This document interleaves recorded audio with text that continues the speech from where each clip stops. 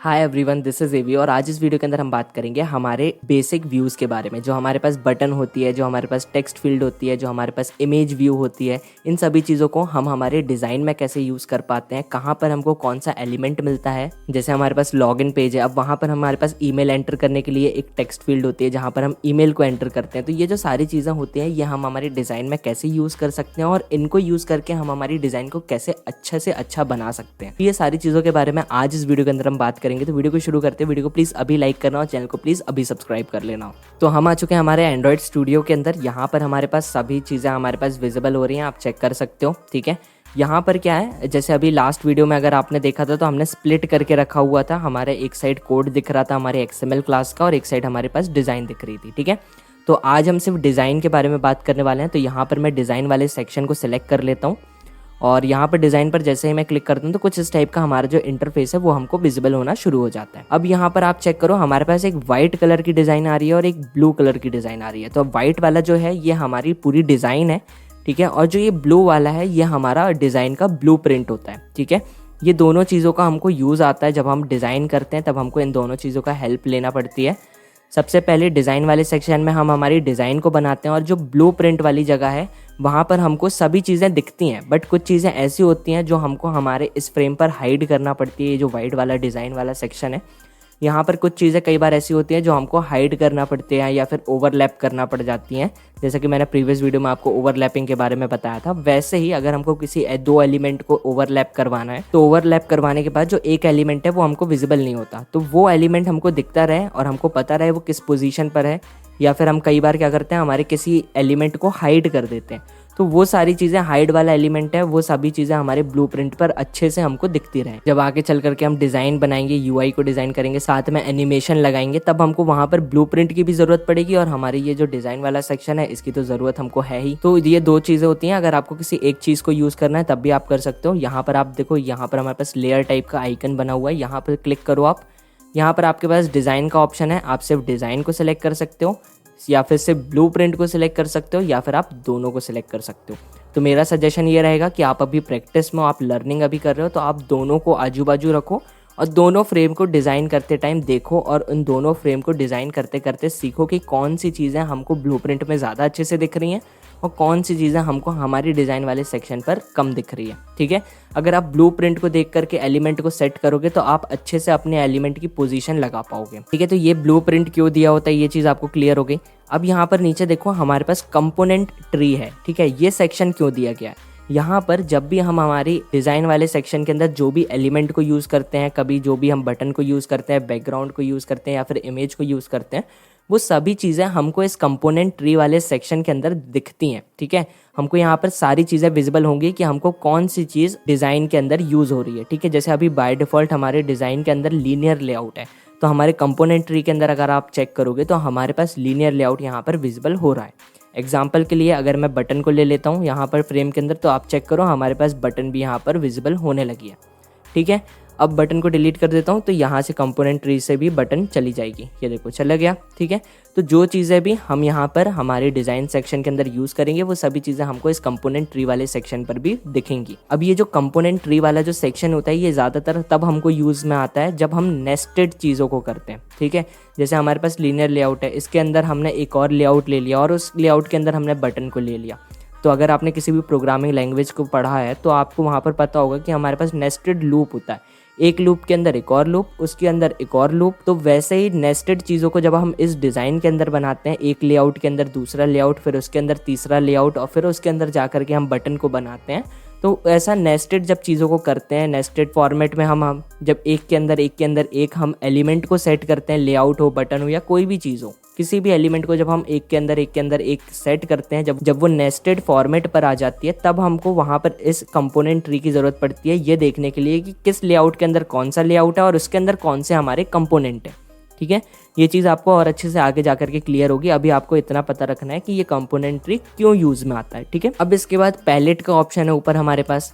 तो यहाँ पर देखो हमारे पास एक कॉमन का ऑप्शन है, फिर टेक्स्ट है, बटन है, विजेट्स है, ये सारे अलग अलग हमारे पास सेक्शन अवेलेबल है। कॉमन वाला जो हमारा सेक्शन है इसके अंदर हमारे पास वो एलिमेंट है, text view, button, image view, recycler view, वो सारी चीज़ें हमारे इस कॉमन के अंदर हैं, जो चीज़ें हम हमारे हमेशा यूज़ करते हैं डिज़ाइन बनाते टाइम। जब भी कोई डेवलपर अपने एंड्रॉयड स्टूडियो के अंदर किसी भी डिज़ाइन को बनाता है तो वो क्या करता है, वो ये जो text view, button, image view, ये कॉमन के अंदर जितनी भी चीज़ें हैं इनमें से कुछ ना कुछ चीज़ों को तो यूज़ करता ही करता है अपने डिज़ाइन के अंदर। तो ये जो सारी चीज़ें हैं इनको हम हमारे डिज़ाइन के अंदर यूज़ करेंगे ही करेंगे, चाहे हम एक डिज़ाइन बनाएं चाहे हम 10 डिज़ाइन बनाएं। तो इनमें से कोई ना कोई एक चीज़ या 2 चीज़ ऐसी होंगी ही होंगी जो हम हमारे डिज़ाइन के अंदर यूज़ करेंगे। इसलिए हमारे पास एक ये कॉमन का सेक्शन अलग से होता है जिसके अंदर हमको ये सारी चीज़ें मिल जाती हैं। फिर नेक्स्ट होता है हमारे पास टेक्स्ट का। टेक्स्ट पर आप क्लिक करोगे तो आपके पास ये अलग अलग टाइप के टेक्स्ट मिलेंगे। इनको अभी हम थोड़ी देर बाद डिस्कस करेंगे अच्छे से, ठीक है।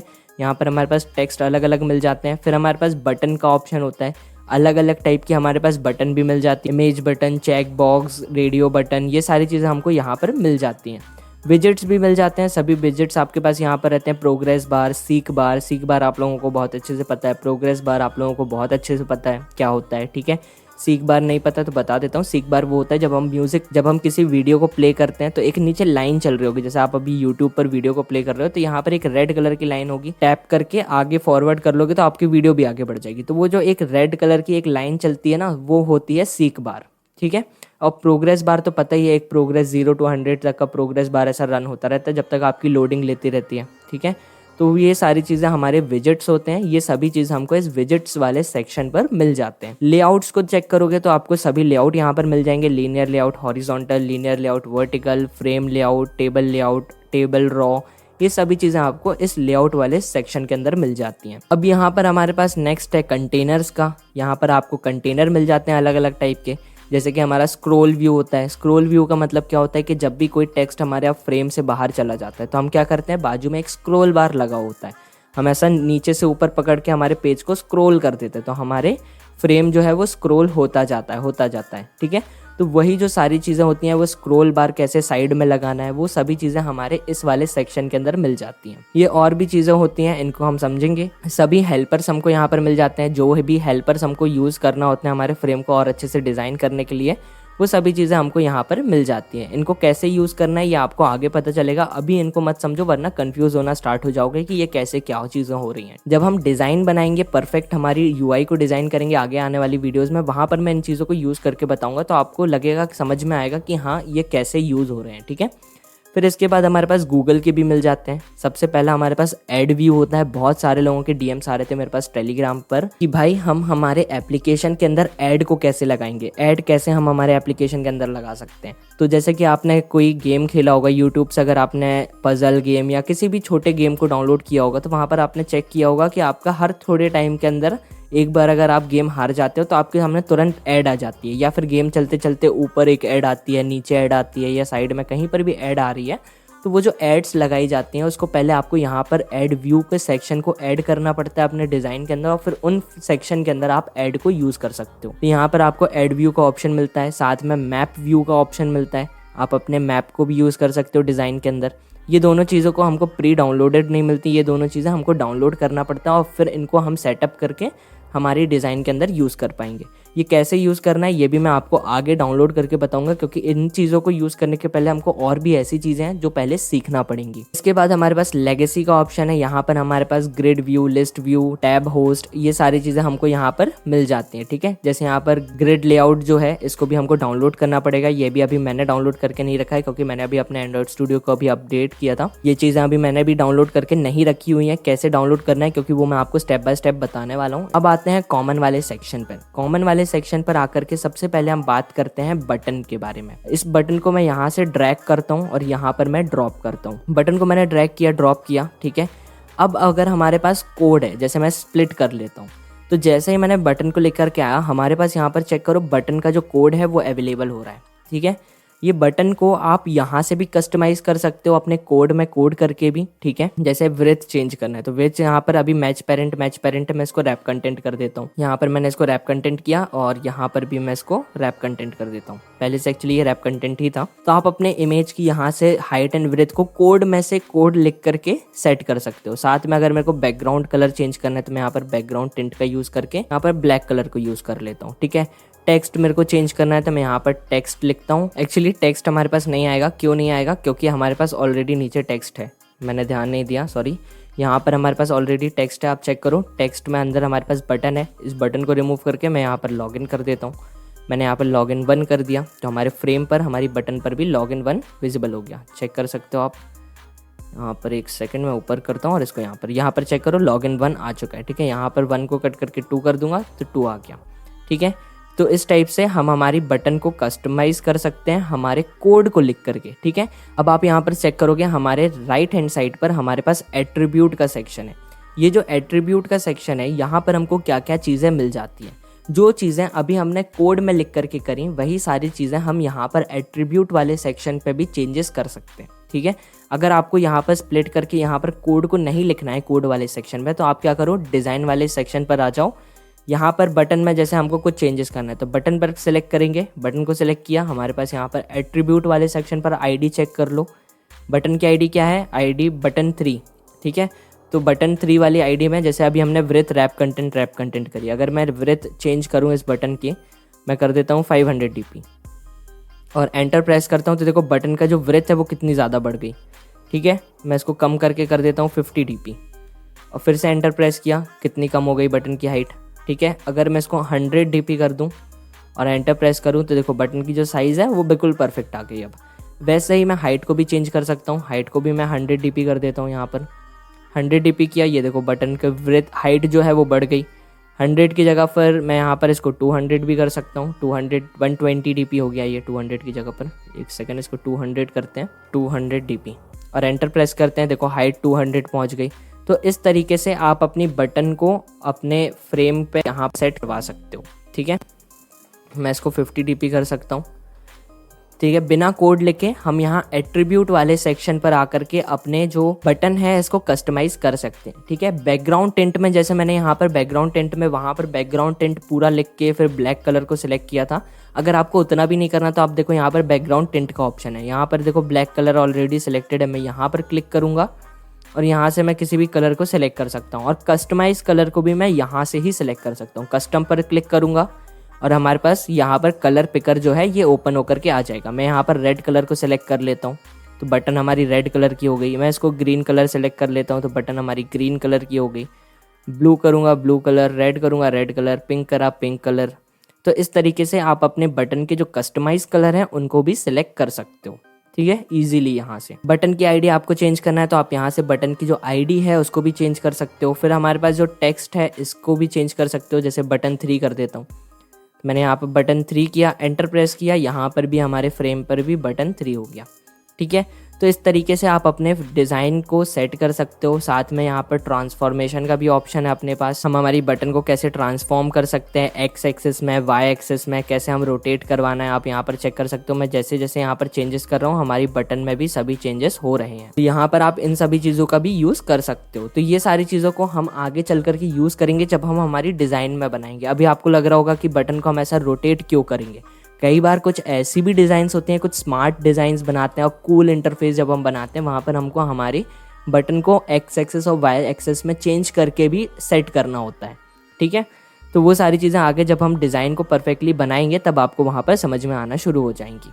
अब यहाँ पर आइकन भी होता है, आपको अगर बटन में किसी आइकन को लेना है तब भी आप ले सकते हो। यहाँ पर देखो आइकन वाला सेक्शन है, अगर मैं इस एंड्रॉयड के आइकन को लेना चाहूँ तो हमारी बटन जो है यहाँ पर चेक करो आइकन आ गया है। 1 सेकेंड रुको, यहाँ पर चेक करो आप, यहाँ पर चेक करो छोटा सा हमारा जो एंड्रॉयड का आइकन है वो भी यहाँ पर विजिबल होने लगा है। ठीक है, तो ये जो आइकन वाला सेक्शन है इस पर क्लिक करके आप इस चीज़ को यहाँ पर आइकन को भी अपने बटन के अंदर सेट करवा सकते हो।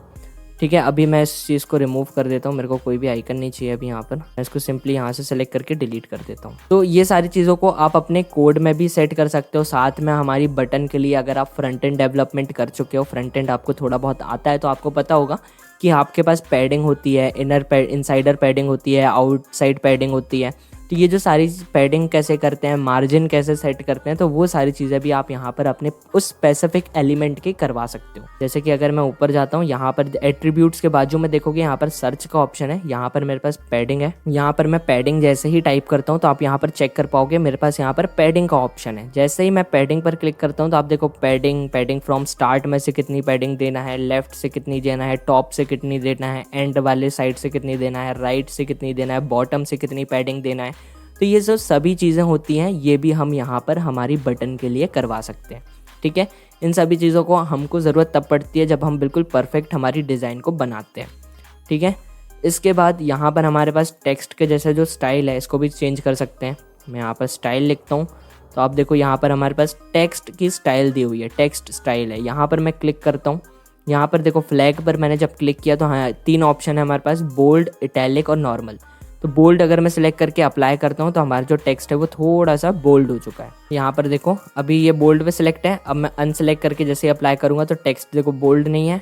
अब फिर से बोल्ड सिलेक्ट करता हूँ तो टेक्स्ट हमारा ये बोल्ड हो चुका है। ठीक है, इटैलिक सेलेक्ट करता हूँ यहाँ पर और अप्लाई करता हूँ तो टेक्स्ट हमारा इटैलिक स्टाइल में आ चुका है। तो ये सभी चीज़ों को आप सेट कर सकते हो। अगर आपके पास कुछ कस्टम है तो वो भी आप यहाँ पर नेम को एंटर करके सेट करवा सकते हो। ठीक है, यहाँ पर आपके पास सर्च का ऑप्शन है, आपको इंपोर्ट करवाना पड़ती हैं कुछ स्टाइल्स को और यहाँ पर आप कर सकते हो। ठीक है, फिर ये सारी चीज़ें हमारे पास बटन के लिए होती हैं। आप यहाँ पर एट्रीब्यूट वाले सेक्शन को थोड़ा सा अपने हिसाब से एक्सप्लोर करना, वैल्यूज़ को एंटर करना और फिर यहाँ पर आप चेक करना कि कैसे आप यहाँ पर सभी चीज़ों को कर सकते हो।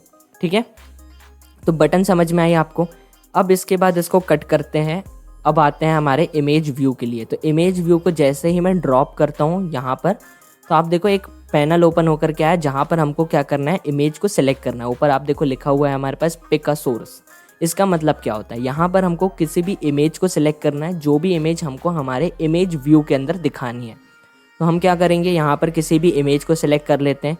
ये जो सभी इमेजेस हैं ये पहले से हमारे एंड्रॉयड स्टूडियो के अंदर हमको मिलती हैं। यहाँ पर हम किसी भी इमेज को सिलेक्ट कर सकते हैं। ठीक है, और अगर आपको अपनी किसी कस्टम इमेज को सिलेक्ट करना है तब भी आप यहाँ पर कर सकते हो। यहाँ पर मैं अभी कैंसिल करता हूँ और एंड्रॉयड स्टूडियो को मिनिमाइज़ करता हूँ। मेरे पास यहाँ पर एक इमेज है, मेरे इमेज है यहाँ पर। ठीक है, तो मैं इस इमेज को सिलेक्ट कर लेता हूँ। यहाँ से मैं इस इमेज को सिलेक्ट करता हूँ और एंड्रॉयड स्टूडियो के अंदर आ जाता हूँ। एंड्रॉयड स्टूडियो के अंदर आने के बाद यहाँ पर मेरे पास आप चेक करोगे प्रोजेक्ट वाले सेक्शन के अंदर ड्रॉएबल है, रिसोर्स देखो रिसोर्स है। मैंने प्रोजेक्ट वाले सेक्शन पर क्लिक किया, रिसोर्स फोल्डर है, इसके अंदर मेरे पास ड्रॉएबल फोल्डर है। ड्रॉएबल फोल्डर के अंदर मैंने जो इमेज कॉपी करी है, जो मेरे को इमेज कस्टम वाली चाहिए है, वो मैं यहाँ पर ला करके पेस्ट कर दूंगा। ये चीज़ याद रखना, आपकी इमेज जो है वो या तो PNG फॉर्मेट में हो या फिर JPEG फॉर्मेट में हो। ठीक है, तभी वो इमेज यहाँ पर आपको सपोर्ट करेगी। उसके बाद आपको यहाँ पर क्या करना है, सिंपली पेस्ट कर देना है। पेस्ट करने के बाद यहाँ पर इमेज का नेम देने के लिए बोल रहा है। इमेज का जो नेम देना है उस नेम में कोई भी स्पेस नहीं होना चाहिए। ठीक है, और कोई भी कैपिटल लेटर नहीं होना चाहिए। अगर आपके इमेज का जो नेम है वो उसमें कोई स्पेस है या फिर कोई कैपिटल लेटर है तो आपको एरर शो होगा। ठीक है, इमेज यहाँ पर आपको विजिबल होगी, सब कुछ होगा, बट जब ऐप को रन करोगे या फिर ऐप को कंपाइल करोगे तब वहाँ पर आपको एरर आएगा। ठीक है, इसलिए जो इमेज का नेम है वो हमेशा याद रखना, वो हमेशा स्मॉल लेटर में होगा और उसमें कोई भी स्पेस नहीं होगा बीच में। तो मैं यहाँ पर AI को ले लेता हूँ, AI.png, ओके करता हूँ। हमारी इमेज आ गई। यहाँ पर अब मैं दोबारा से इमेज व्यू को सिलेक्ट करके अपने फ्रेम पर लेकर के आता हूँ और जैसे ही पिक करने के लिए ऑप्शन है, आप देखो जो इमेज मैंने पेस्ट करी है ड्रॉएबल फोल्डर के अंदर वो भी हमको यहाँ पर विजिबल हो रही है। इस इमेज को मैं सिलेक्ट करता हूँ और ओके पर क्लिक कर देता हूँ। इमेज हमारे फ्रेम पर आ गई, आप चेक कर सकते हो। इस इमेज को यहाँ पर मैं सिलेक्ट करके बड़ा भी कर सकता हूँ, ठीक है, और छोटा भी कर सकता हूँ। यहाँ पर साइज को चेक कर सकते हो। ठीक है, अब इसके बाद यहाँ पर हमारे पास एट्रीब्यूट वाला सेक्शन सेम हमारे इस इमेज के लिए भी होगा। ठीक है, यहाँ पर हम जो चेंजेस कोड लिख के कर पाएंगे वही सारी चीज़ें हम यहाँ पर हमारे एट्रीब्यूट वाले सेक्शन पर भी कर पाएंगे। ठीक है, तो डिज़ाइन वाले सेक्शन पर अगर मैं आता हूँ तो यहाँ पर आप देखो सबसे पहले हमारी इमेज की ID विजिबल हो रही है, इमेज व्यू 3। ठीक है, फिर हमारे पास यहाँ पर विड्थ का ऑप्शन है, हाइट का ऑप्शन है, फिर ID का है कि ये SRC कॉम्पैक्ट है। देखो अब यहाँ पर ये SRC कॉम्पैक्ट होता क्या है, ये SRC कॉम्पैक्ट वो होता है जब भी हमको किसी इमेज को सिलेक्ट करते हैं। जैसे अभी हमारी जो AI वाली इमेज है ये सिलेक्टेड है हमारे इमेज व्यू के अंदर, तो आप यहाँ पर देखो SRC कॉम्पैक्ट के अंदर हमको क्या दिख रहा है, ड्रॉएबल/AI। अगर हमको इसके अंदर ये AI वाली इमेज नहीं चाहिए, हमको किसी और इमेज को लेना है, तो हम क्या करेंगे, इधर पर क्लिक करता हूँ मैं। ठीक है, और यहाँ पर क्लिक करके हम किसी और इमेज को यहाँ से सिलेक्ट कर सकते हैं। जैसे मैं ये क्रॉस बटन को सिलेक्ट कर लेता हूँ तो अब देखो क्रॉस बटन आ गई। फिर वापस से दोबारा अगर वही पुरानी इमेज चाहिए तो यहाँ पर क्लिक करके AI वाली इमेज को सिलेक्ट कर लेता हूँ। तो जो SRC कॉम्पैक्ट होता है, यहाँ से आप अपने इमेज व्यू के अंदर जिस भी इमेज को दिखाना है उस इमेज को सिलेक्ट कर सकते हो। ठीक है, यहाँ से आप अपने हाइट एंड ब्रेथ को कैसे सेट करना है वो बता दिया, ID को चेक कर सकते हो। साथ में और भी ऑप्शन मिल जाते हैं इमेज के अंदर हमको। ठीक है, बैकग्राउंड भी अगर इमेज का कुछ देना है तो आप यहाँ पर दे सकते हो। ठीक है, जैसे देखो मैंने बैकग्राउंड के अंदर ऑरेंज कलर को सेलेक्ट किया तो हमारे इमेज व्यू के अंदर बैकग्राउंड जो है ये ऑरेंज कलर से आ गया। ठीक है, तो इस तरीके से आप अपने इमेज के बैकग्राउंड को भी लगा सकते हो। तो इमेज व्यू भी समझ में आया। इमेज व्यू वही होता है जब भी आपको किसी भी टाइप का लोगो, आइकन या किसी भी टाइप की कोई भी इमेज अगर आपको अपने एंड्रॉयड के जो फ्रेम है, अपनी एप्लीकेशन का जो फ्रेम है वहाँ पर इमेज को दिखाना है तो आप क्या यूज़ करोगे, इमेज व्यू का यूज़ करोगे। ठीक है, इसको मैं डिलीट कर देता हूँ, ये चीज़ आपको समझ में आई। ठीक है, यहाँ पर इसको डिलीट करते हैं। अब हमारे पास नेक्स्ट होता है हमारा टेक्स्ट व्यू। यहाँ पर देखो सबसे ऊपर हमारे पास टॉप पे है टेक्स्ट व्यू। इस टेक्स्ट व्यू को मैं यहाँ से ड्रैग करता हूँ और यहाँ पर ला करके ड्रॉप कर देता हूँ। अभी टेक्स्ट व्यू बहुत छोटा सा दिख रहा है। ठीक है, यहाँ पर मैं अब देखो जैसे टेक्स्ट व्यू है वैसे ही अब हम इसको भी एडिट कर पाएंगे हमारे एट्रीब्यूट वाले सेक्शन पर। एट्रीब्यूट वाले सेक्शन पर देखो आईडी है, सबसे पहले तो आईडी टेक्स्ट व्यू है, इसको चेंज करना है आप चेंज कर सकते हो। टेक्स्ट व्यू की जो अभी विड्थ है वो मैच पेरेंट है और हाइट जो है वो रैप कंटेंट है। मैं क्या करता हूँ, इसको कर देता हूँ 1000। विड्थ को मैंने 1000 किया, देखो तो यहाँ पर फ्रेम से बाहर जा रही है हमारी विड्थ। देखो हमारे जो डिज़ाइन वाले सेक्शन पर अगर आप देखोगे तो समझ में नहीं आएगा। ब्लूप्रिंट वाले सेक्शन पर देख चेक करो, ये जो dot dot dot dot line जो है ये जा रही है हमारी इतनी आगे तक, मतलब हमारी जो टेक्स्ट व्यू है इसकी विड्थ इतनी ज़्यादा है, 1000 है। ठीक है, तो ये चीज़ होती है। इसको मैं क्या करता हूँ, वापस से इसको रैप कंटेंट नहीं करके इसको मैच पेरेंट कर देता हूँ। ठीक है, और जो हाइट है इसको चेंज करके यहाँ पर 100 dp कर देते हैं। इसको मैंने 100 dp किया तो देखो हाइट बढ़ गई। ठीक है, हाइट नीचे आ गई हमारी। तो ऐसे करके आप अपने यहाँ पर अपने टेक्स्ट व्यू की भी जो भी हाइट है उसको भी सेट करवा सकते हो। आईडी तो मैंने बता दिया, आईडी को चेक कर सकते हो। अब टेक्स्ट वाले कॉलम पे है, यहाँ पर टेक्स्ट चेक कर दो। यहाँ पर मैं टेक कोडर एंटर कर देता हूँ। ठीक है, और एंटर प्रेस कर देता हूँ तो आप देखो हमारा जो टेक्स्ट व्यू है इसके अंदर यहाँ पर टेक कोडर आ चुका है। ठीक है, तो इस तरीके से आपको जब भी अपने एंड्रॉयड के डिज़ाइन के अंदर किसी भी टाइप के कोई भी टेक्स्ट को एंटर करवाना होता है तब आप वहाँ पर अपने टेक्स्ट व्यू को यूज़ करते हो। टेक्स्ट को कभी भी किसी भी टाइप के कोई भी टेक्स्ट को अगर आपको फ्रेम के अंदर दिखाना है तब आप सिंपली टेक्स्ट व्यू का ही यूज़ करोगे, इसके अलावा आपको कुछ भी यूज़ नहीं करना है। ठीक है, यहाँ पर अब अपने इस टेक्स्ट व्यू को भी आप मॉडिफाई कर सकते हो थोड़ा सा। कैसे कर सकते हो, यहाँ पर हमारे पास सर्च करो स्टाइल वापस से, तो आप यहाँ पर अपने टेक्स्ट के स्टाइल को सेट कर सकते हो। ठीक है, टेक्स्ट के साइज़ को सेट कर सकते हो। तो यहाँ पर आप देखो टेक्स्ट का कलर भी है हमारे पास। टेक्स्ट के कलर को आप यहाँ पर चेंज कर सकते हो। जैसे मैं यहाँ पर अगर रेड कर देता हूँ तो आप देखो हमारे टेक्स्ट का कलर जो है वो रेड हो गया। मैं इसको ऊपर करता हूँ तो यहाँ पर देखो रेड हो गया। अगर मैं किसी और कलर को सिलेक्ट कर लेता हूँ, यहाँ पर ब्लैक को किया, अब ब्लू हो गया। तो इस तरीके से आप अपने टेक्स्ट के कलर को भी यहाँ पर सेट करवा सकते हो। ठीक है, फिर यहाँ पर हमारे पास टेक्स्ट की स्टाइल भी दी हुई है। बोल्ड चाहिए, बोल्ड पे सेलेक्ट कर लो, बोल्ड हो गया। इटैलिक चाहिए, इटैलिक पे सिलेक्ट कर लो, इटैलिक हो गया। ठीक है, तो इस तरीके से हम हमारे इस टेक्स्ट व्यू को भी यहाँ पर थोड़ा सा कस्टमाइज़ कर सकते हैं। तो ये सारी चीज़ों को आप यहाँ पर कर सकते हो। यहाँ पर मैं थीम वाले सेक्शन पर अगर क्लिक करता हूँ तो आपको यहाँ पर डिफरेंट चीज़ें मिल जाती हैं। यहाँ पर मैं डिस्प्ले 1 को अगर सिलेक्ट करता हूँ तो आप देखो हमारे पास कुछ इस टाइप की थीम आ रही है। अगर मैं डिस्प्ले 2 को सिलेक्ट करता हूँ तो थोड़ा और हमारा जो साइज़ है वो बढ़ गया। फिर अगर मैं डिस्प्ले 3 पर सिलेक्ट करता हूँ तो टेक्स्ट का साइज़ और ज़्यादा बड़ा हो गया। फिर डिस्प्ले 4 को सिलेक्ट करता हूँ तो देखो और ज़्यादा बड़ा हो गया कि हमारी जो फ्रेम की विड्थ है वहाँ से ही बाहर चली गई हमारी टेक्स्ट। तो इस तरीके से आप यहाँ पर थीम को भी यूज़ कर सकते हो। ठीक है, तो टेक्स्ट व्यू समझ में आया। जब भी आपको किसी भी टेक्स्ट को अपने डिज़ाइन के अंदर दिखाना होता है तब आप वहाँ पर यूज़ करते हो टेक्स्ट व्यू का। ठीक है, मैं इसको डिलीट कर देता हूँ। टेक्स्ट व्यू आपको क्लियर हो गया। अब नेक्स्ट होता है हमारे पास टेक्स्ट। ये जो टेक्स्ट वाला सेक्शन है अब हमको यहाँ पर आना पड़ेगा। मैं यहाँ पर टेक्स्ट वाले सेक्शन पर आता हूँ और यहाँ पर अब आप चेक करोगे हमारे पास इतनी सारी चीज़ें हैं। अब यहाँ पर इतनी सारी चीज़ें हमारे पास हैं, इनका क्या काम होता है। अब देखो टेक्स्ट व्यू तो बता दिया, जब भी आपको किसी भी टेक्स्ट को अपने फ्रेम पर दिखाना है तब आप वहाँ पर यूज़ करोगे टेक्स्ट व्यू का। अब नेक्स्ट है हमारे पास प्लेन व्यू। ये देखो प्लेन व्यू और पासवर्ड फिर numeric, email, phone number, postal address, multiline text, time, date, number, ये सारी चीज़ें हैं क्या हमारे पास। ये सभी चीज़ें हमारी टेक्स्ट के फील्ड हैं। ठीक है, ये वो फील्ड है जहाँ पर हम टेक्स्ट को एंटर कर सकते हैं। अगर जैसे कि ये प्लेन टेक्स्ट है, आपको किसी भी टाइप का प्लेन टेक्स्ट एंटर करना है, जैसे आपको नाम भी एंटर करना है, नंबर भी एंटर करना है। जैसे हमारे पास व्हाट्सएप पे मैसेज लिखते हैं ना, व्हाट्सएप पे जहाँ पर हमारे पास नीचे एक लाइन होती है, एक फील्ड होती है, टेक्स्ट फील्ड होती है जहाँ पर हम हमारे मैसेज को टाइप करते हैं। वो जो फील्ड होती है ना वो प्लेन टेक्स्ट में आती है। यहाँ पर अगर मैं प्लेन टेक्स्ट को यहाँ पर ड्रॉप करूँ तो ये एडिट टेक्स्ट के नाम से हमारे पास आती है। यहाँ पर देखो नीचे अगर कंपोनेंट ट्री पर अगर आप आओगे तो यहाँ पर देखो एडिट टेक्स्ट 2 के नाम से हमारे पास यहाँ पर मिल रही है। ठीक है। तो ये जो होती है ना, ये हमारे पास एक फील्ड होती है जहाँ पर हम हमारे टेक्स्ट को एंटर कर सकते हैं। जैसे अगर व्हाट्सएप वाला मैंने एग्जांपल दिया, अगर जैसे कि हमारे पास कोई लॉगिन पेज है, ठीक है, उस लॉगिन पेज में हमारे पास ईमेल और पासवर्ड को एंटर करना पड़ता है। तो हम क्या करते हैं, वहाँ पर हम यूज़ करते हैं ये ईमेल वाली टेक्स्ट फील्ड को। हमारे पास ये ईमेल जो लिखा है ना, इसको मैं कॉपी करूँगा और यहाँ पर अगर मैं ड्रॉप करता हूँ ड्रैग करके, तो ये अब जो ये वाली टेक्स्ट फील्ड आई, देखो ब्लूप्रिंट में यहाँ पर नाम दिखा रहा है, एडिट टेक्स्ट ईमेल एड्रेस। ठीक है, ये नाम हमारे डिज़ाइन वाले सेक्शन पर नहीं दिखा रहा, लेकिन हमारे जो ब्लूप्रिंट है यहाँ पर दिखा रहा है। तो ब्लूप्रिंट का आपको समझ में आना, हेल्प मिली। अगर मैं इसको किसी और बंदे को दिखाऊं और उससे बोलूं कि भाई आप इस प्रिंट को देख करके बताओ, इस डिज़ाइन को देख करके बताओ कि ईमेल वाली कौन सी है, तो वो डिज़ाइन वाले सेक्शन पर ना देख करके वो देखेगा ब्लूप्रिंट पर, और ब्लूप्रिंट पे साफ उसको नाम दिख जाएगा।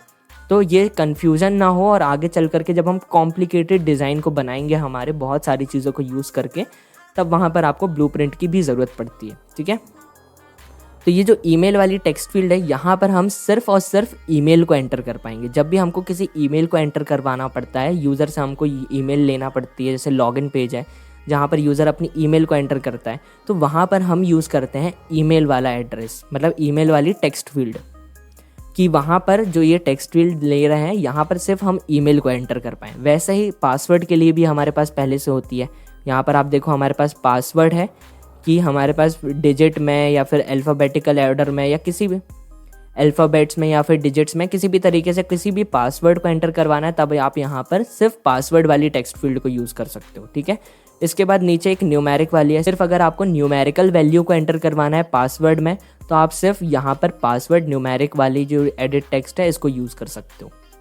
ठीक है, तो ये सारी हमारे पास अलग अलग टेक्स्ट फील्ड मिल जाती हैं। जब भी आपको जैसे टाइम एंटर करवाना है किसी से, तो यहाँ पर आप टाइम वाली ये एडिट टेक्स्ट को यूज़ कर सकते हो। अगर आपको डेट एंटर करवाना है तो आप डेट एंटर वाली टेक्स्ट फील्ड को यूज़ कर सकते हो, या फिर आपको नंबर एंटर करवाना है तो नंबर वाली को यूज़ कर सकते हो।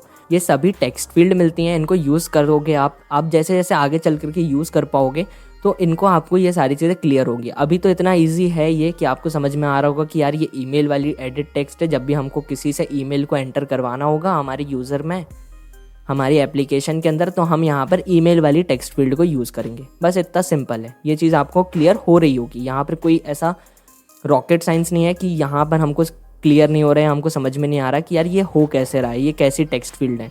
ठीक है, बहुत सिंपल है। ईमेल एंटर करवाना है यूज़र से अपने एप्लीकेशन के अंदर, ईमेल वाली टेक्स्ट फील्ड को यूज़ करो। जैसे अब ये फ़ोन नंबर है, अब कहीं पर अगर आपको ऐसा लग रहा है कि मेरे को फ़ोन नंबर लेना है यूज़र का, यूज़र को बोलना है कि आपको फ़ोन नंबर एंटर करना है हमारी एप्लीकेशन के अंदर, तो वहाँ पर आप कौन सी टेक्स्ट फील्ड को यूज़ करोगे, ये फ़ोन नंबर वाली टेक्स्ट फील्ड को यूज़ करोगे। तो इस तरीके से हमारे पास पहले से सभी टेक्स्ट फील्ड होती हैं हमारे एंड्रॉयड स्टूडियो के अंदर, जिनको हम ईजिली ड्रैग एंड ड्रॉप करके हमारी डिज़ाइन को बना सकते हैं। ठीक है, इन सभी चीज़ों को मैं अभी डिलीट कर देता हूँ। टेक्स्ट व्यू एडिट टेक्स्ट आपको क्लियर हुआ। ठीक है, ये क्यों यूज़ करते हैं, कैसे यूज़ करते हैं, इनके भी हमारे पास एट्रीब्यूट होते हैं। मैंने एट्रीब्यूट इनके अभी एक्सप्लेन नहीं किया। क्यों नहीं किया? क्योंकि अभी इनको जब हम यूज़ करेंगे तब वहाँ पर एक एक एट्रीब्यूट लगाएंगे, तब आपको ये सारी चीज़ें और अच्छे से क्लियर होंगी। एक्सप्लोर करने के लिए आप सभी एट्रीब्यूट्स को एक बार देख सकते हो, सभी जगह पर वैल्यूज़ को एंटर कर सकते हो और नए नए एक्सपेरिमेंट करने के दौर पर एक बार चेक कर सकते हो, मज़ा आएगा। इसके बाद हमारे पास बटन होती है, एग्रीमेंट आता है। ठीक है, उस एग्रीमेंट में क्या करना पड़ता है, हमको सारी terms and condition check box पर क्लिक करके एग्री करना पड़ती हैं, और फिर हम हमारे एप्लीकेशन में आगे फॉरवर्ड कर सकते हैं। तो वो जो चेक बॉक्स होता है वो आप यहाँ से ले सकते हो, यहाँ पर ये चेक बॉक्स को आप ले सकते हो। ठीक है, इसको चेक अनचेक करने के लिए। फिर हमारे पास चिप होती है, यहाँ पर हमारे पास देखो ये होता है। फिर इसके बाद हमारे पास स्विच भी होता है, जैसे कि on off, dark mode, light mode, एक ऐसी बटन होती है। ये देखो यहाँ पर, एक सेकंड इसको मैं थोड़ा सा सेट कर लूँ। ये देखो ऐसी एक बटन होती है, इसको आप क्लिक करोगे तो ये राइट में शिफ्ट हो जाएगी, मतलब ऑन हो गया। फिर क्लिक करोगे तो लेफ्ट में शिफ्ट हो जाएगी, मतलब ऑफ हो गया। तो ये जो सारी बटन्स होती हैं ये हमारे पास एंड्रॉयड स्टूडियो हमको पहले से देता है, हमको सिर्फ वहाँ से उठाना है और यहाँ पर ड्रैग करके ड्रॉप कर देना है। तो वैसे ही इतना इजी होता है हमारे एंड्रॉयड स्टूडियो के अंदर यूआई को डिज़ाइन करना। ठीक है, इन सभी चीज़ों का भी एट्रीब्यूट हमको मिलते हैं, यहाँ पर आप चेक कर सकते हो। सभी चीज़ों के एट्रीब्यूट है हमारे पास, ये सभी चीज़ों को हम यहाँ पर कस्टमाइज़ कर सकते हैं। इनको भी डिलीट कर देते हैं। तो ये जो सारी चीज़ें, button, text view, edit text, layout, ये जो मैंने बताया, ये सभी चीज़ें हमारी बेसिक व्यू के अंदर आती हैं। इन सभी चीज़ों को हमको आगे चल करके यूज़ करना है। जब आप लोग इन सभी चीज़ों को यूज़ करोगे, समझ में आएगा, तब जा कर के फिर हम आगे वाले जो और विजेट्स हैं, लेआउट्स हैं, इनको भी यूज़ करेंगे, कंटेनर को यूज़ करेंगे, हेल्पर्स को यूज़ करेंगे और वहाँ पर आपको इन सभी चीज़ों को और अच्छे से यूज़ करना आ जाएगा जब आप इन सभी चीज़ों को यूज़ करना एक बार सीख जाओगे। तो अब जो नेक्स्ट वीडियो होगी वहाँ पर हम क्या करेंगे, हम जावा को स्टार्ट करने वाले हैं। अब जो नेक्स्ट वीडियो होने वाली है वहाँ पर हम जावा को देखेंगे, जावा कितना हमको एंड्रॉयड स्टूडियो के लिए ज़रूरी है उतना जावा अब हम सीखना शुरू करेंगे। कल से हम जावा को स्टार्ट कर देंगे, फिर जावा को एंड करेंगे हम जल्दी से जल्दी और फिर हम कॉटलैन को शुरू करेंगे। कॉटलैन को देखेंगे कि कॉटलैन की हेल्प से हम कितना एंड्रॉयड ऐप को बनाने के लिए, तो उतना ही हम कॉटलैन को भी सीखेंगे, उतना ही हम जावा को भी सीखेंगे। नेक्स्ट वीडियो से हम हमारे एंड्रॉयड स्टूडियो के अंदर जावा को स्टार्ट करेंगे। तो मिलते हैं नेक्स्ट वीडियो में, जब तक के लिए stay tuned, stay safe, bye bye.